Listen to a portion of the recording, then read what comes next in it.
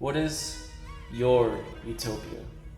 What is the perfect place that you envision yourself to live in? Now you might think that this place is just a fantasy, but what if it didn't need to be one? What if utopia can be achieved through just a philosophy? Just a mindset away from all your hopes and dreams and your utopia. These are the questions that many philosophies and religions have tried to answer, and therefore I will answer that question for you today. If we could achieve our dream life through shifts in our mindset, and if so, how? If you boil it down, you'll realize that your fantasy is just a fantasy in the moment. But like how all fantasies came to life, there were once ideas, thoughts. But these thoughts are the very thing that aspired them to commit the actions that led for that thought to come into the real world, for your dream life to be reality. Yes, it is possible for us to shift our mindset and for it to cause either the destruction or salvation of our life. In order for us to find this place called utopia, we first need to destroy the opposite of it. We need to destroy dystopia. A lot of people live in dystopia without even realizing it. And one of these people could be you. Let me provide you an example. This man right here, he is living in dystopia. He doesn't like his life, but he doesn't realize it. And I'm going to show you exactly how not to be like him. What's up, bro? I heard you. You heard it? Fuck you. But what even is dystopia? Imagine the exact opposite of your utopia. That's dystopia. Unhappiness disguised as happiness. Dystopia is created by chasing unfulfilling desires. It just comes to life when you start to do those things that you know for a fact are just instant gratification. In order to ensure that we don't actually fall for dystopia or that you are not in one, we first need to dissect what your dystopia really is. So I need to ask you a question. What makes you happy? There are many things that can make us happy, and there are many disillusions and actual sources of happiness that are correct. And I'm the only one who could dictate What that. is the very thing that gives you joy? What is the very thing that makes you wake up in the morning? Pause the video, whatever you need to do. And if you don't really have an answer, well, that's okay, because you're in the right place. But for those who do have an answer, I have another question for you. Does that really make you happy? It doesn't really matter what it is. It's just what it does. Because for many, their own very source of happiness is unhappiness disguised as happiness. Now, I'm not here to criticize you, what fulfills you and what doesn't. I'm just here to actually make you question it. That way we don't fall for dystopia. Because society will try to shove things down your throat that are not actually true. It's just the way it's always been. And they'll do it through advertisements, social norms, media. We have rappers showing off their bands and having women shake their glutes on the camera, and people will perceive that to be as how is that stupid? I'm sorry, man. I'm sorry. Anyways, glutes, and people will perceive that to be fulfilling. Money, status, fame, materials, looks, consumerism, romance, validation, but none of it fulfills them. And I've seen this for myself. Have you ever wondered what a 40-year-old high school peaker looks like? You don't want to know. I've seen how the wrong perception of what fulfills you can actually cause destruction for you and your life, simply because you thought something was fulfilling. These people that I'm describing, all they have ever been doing their entire lives is eating candy. Eating candy is nice, but to eat it for breakfast, lunch, and dinner your entire lives every single day, you're not going to have the nutrients or all those things that make you alive. It's not going to be in your system. You just keep eating candy, you'll forever live and fall for dystopia. Just chasing all of these things that are disguised to be fulfilling will end up with you being nowhere. You'll just end up living in dystopia. Chasing dystopia is like grabbing a pile of sand thinking it'll stay, but it'll just forever just slip through your fingers. In the long run, it's going to cause dissatisfaction and destruction to you and your life. So this is where I ask you, does your utopia cause dystopia? The very thing that you believe to be fulfilling, is it making you feel unsatisfied by chasing something that isn't necessarily what will lead you towards your utopia? How exactly do you know if your utopia is dystopia? The first thing you gotta look at is how you feel within that moment where you are being fulfilled by whatever you do to be fulfilled by. Do you like baking the cake? Or do you like serving the cake? Do you like what happens during the action? Or do you like the product of the action? But if you like both, that's a very good indicator that what you're doing is pretty fulfilling.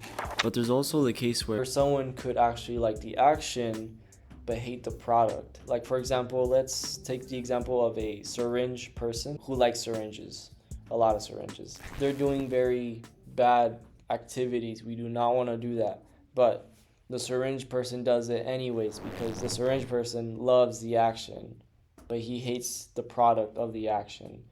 To get that off of their mind, you just continue to chase the action. Well, that is obviously a dystopia for them because their happiness and fulfillment is within that syringe. But then we have a case where a man is hating the action but loves a product that he hasn't experienced yet. Imagine you were working a job and you had a family of 5, but this job paid you really well. You're living pretty nice. Everything's good, bills are paid, etc. But you hate this job. You absolutely hate this job, and you're just not happy with it. But your goal, your intention, your utopia is to be rich and to have that product ready for you. So you hate the action, but you want and love the product. What do you think is going to happen when this person reaches his product? Do you think he's going to be happy? No. Short answer is no.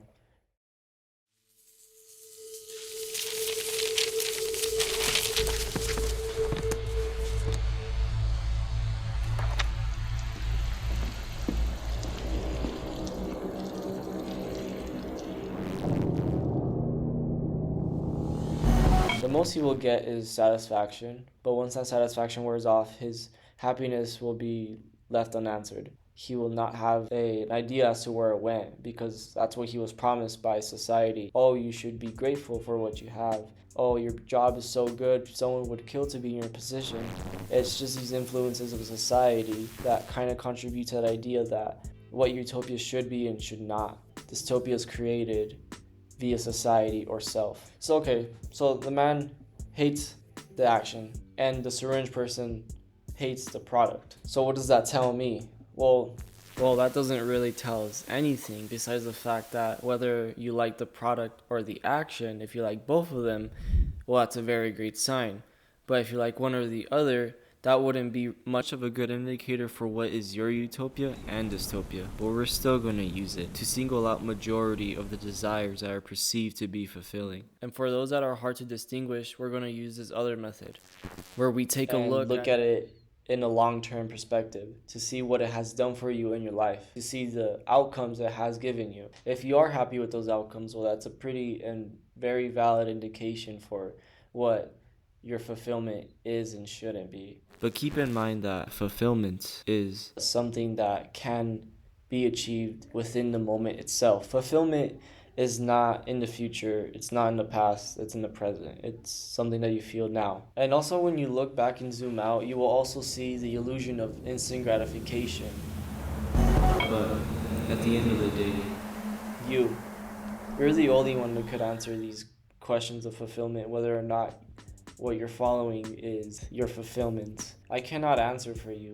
I cannot do the reflecting for you. Only you can. I could only help you, but you have to look within yourself. If you found yourself to be potentially or are for sure in a dystopia, I'm sorry to hear that, but don't worry, the first step is acceptance. Things will get better from now. Do you think happiness is internal or external? This is where we're going to find out if utopia is internal or external. And just for you to know, internal is what you find inside of you. Something that's internal would be your conscious. What is external is what is outside of you. Your world, your environment, everything. We could finally point towards it and achieve either or. But back to my question, is happiness internal or external?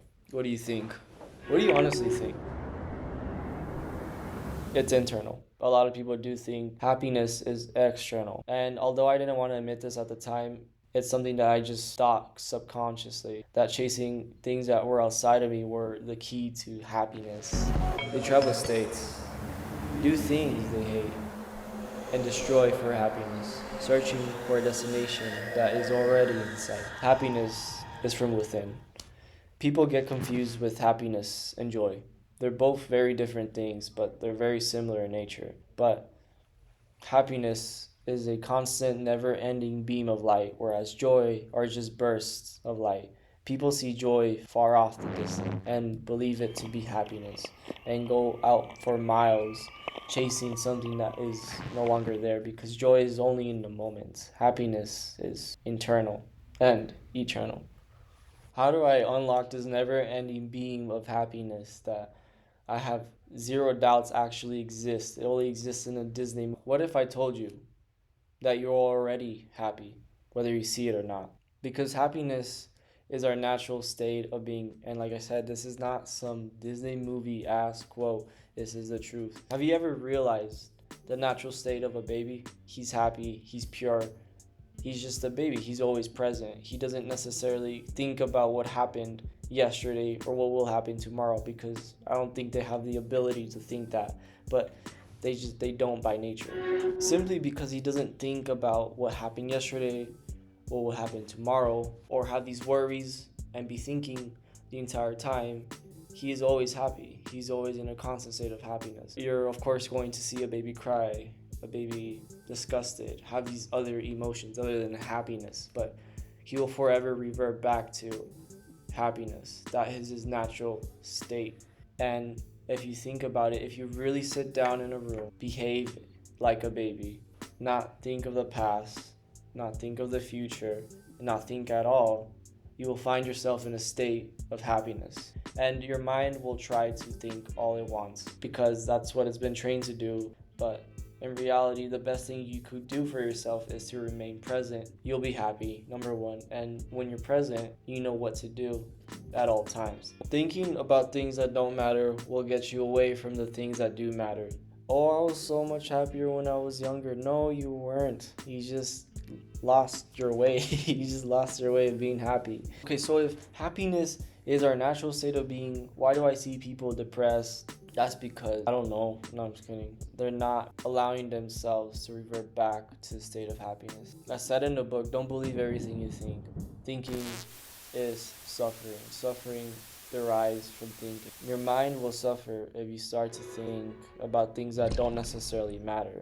We can either be rushing water or we could just be still water. But at the end of the day, that rushing water will forever revert back to still water because that is the natural state of water, is stillness. Our natural state is happiness. You know, we could have these external things happen to us and it will temper with us. It will make the room shake. Internally we are happy, but that doesn't mean that we'll forever be happy. It's just part of life.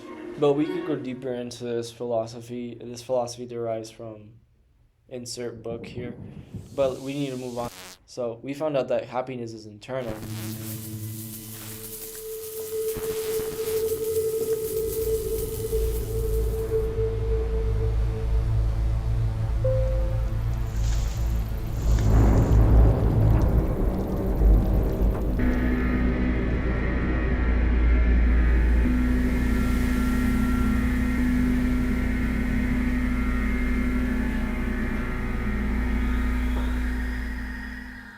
So we found out that happiness is internal. What should be external is your fulfillment. Your fulfillment should be external through your own action. Because if we have it internal, we're just going to be a plant. We're going to be like monks. No offense to monks, but they do nothing all day. No, I'm just kidding. They meditate all day, but they don't necessarily have a action that is fulfilling to them externally because they're already fulfilled within. If you have your fulfillment inside you, you're not going to want to do anything at all. If you want to create a world that is beautiful and that is your utopia, it has to be made through actions that are made externally, not internally. So fulfillment lies externally. Finding what you love to do is your fulfillment. That fulfillment should be practiced via your own actions. If a man finds that a video game is fulfilling to him, all he's going to do is just play that video game. Wherever you place your fulfillment will be the very thing you're going to make actions towards. That action will start to lead to outcomes. Think about it. If you start to commit fulfilling actions, they're going to have fulfilling outcomes. With those fulfilling outcomes stacking up, those fulfilling outcomes will make and transform the environment around you, the external world that you see around you. That would mean that utopia could be achieved externally simply by shifting and changing yourself internally. But it cannot be achieved if you don't know how to be dissatisfied with what you don't like. Utopia doesn't mean for you to be happy with what you already have.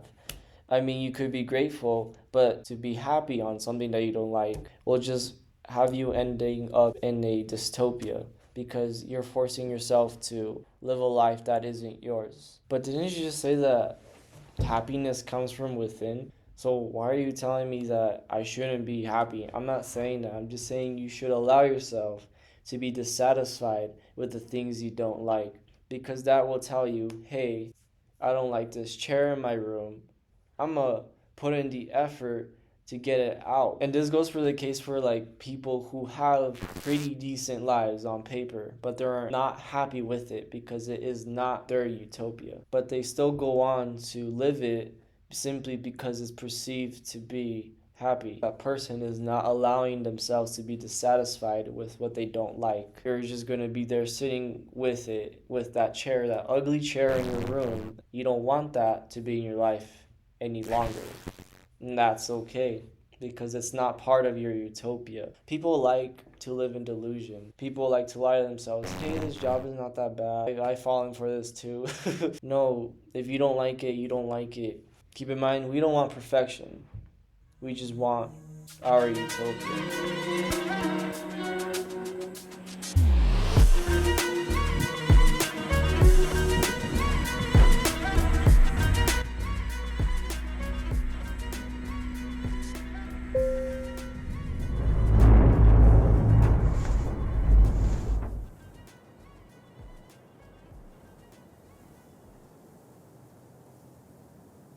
I finally found utopia.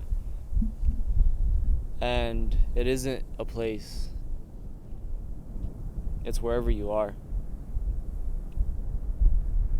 You could choose to start living in utopia today, right now, without needing anyone's permission or anyone's validation. I mean, there's a difference between living in delusion and straight up being happy with and grateful with what you are, but you don't need no one to tell you how to live, nor you need anyone to tell you what to be fulfilled by. Whatever fulfills you, pursue it, because wherever that thing takes you will be utopia. Whatever's inside you, whatever lingers in your mind, will affect you externally. It'll affect the world around you, and just implementing few and small changes to the way we think is going to have a great impact, and it's going to lead us to wherever this is.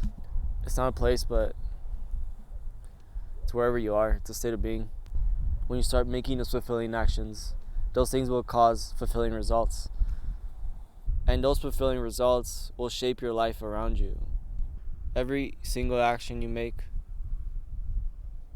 will dictate the life that you will live. And once you understand that, you will no longer take every action or second for granted. And whether or not you decide to pursue what is fulfilling to you or what is just instant gratification in the moment, just like sand, it just slips through my fingers. And I got sand all over my stuff, but that's fine. It's up to you whether or not you want to live in your utopia or your dystopia. And it doesn't matter what others think either, because you're the only one that knows what fulfills you. You're the only one that knows what to do to pursue that. So if your beliefs and your fulfillment isn't aligned with others, your true fulfillment, that is less of the matter. What matters is you waking up one day and saying, I'm going to do what fulfills me today. Because when you start doing that every day, you'll start living utopia. And utopia will take physical form. Your entire life will be shaped by your actions. So I ask you the question, do you want to live your utopia? What's stopping you? What's stopping you from doing it? I was living in dystopia.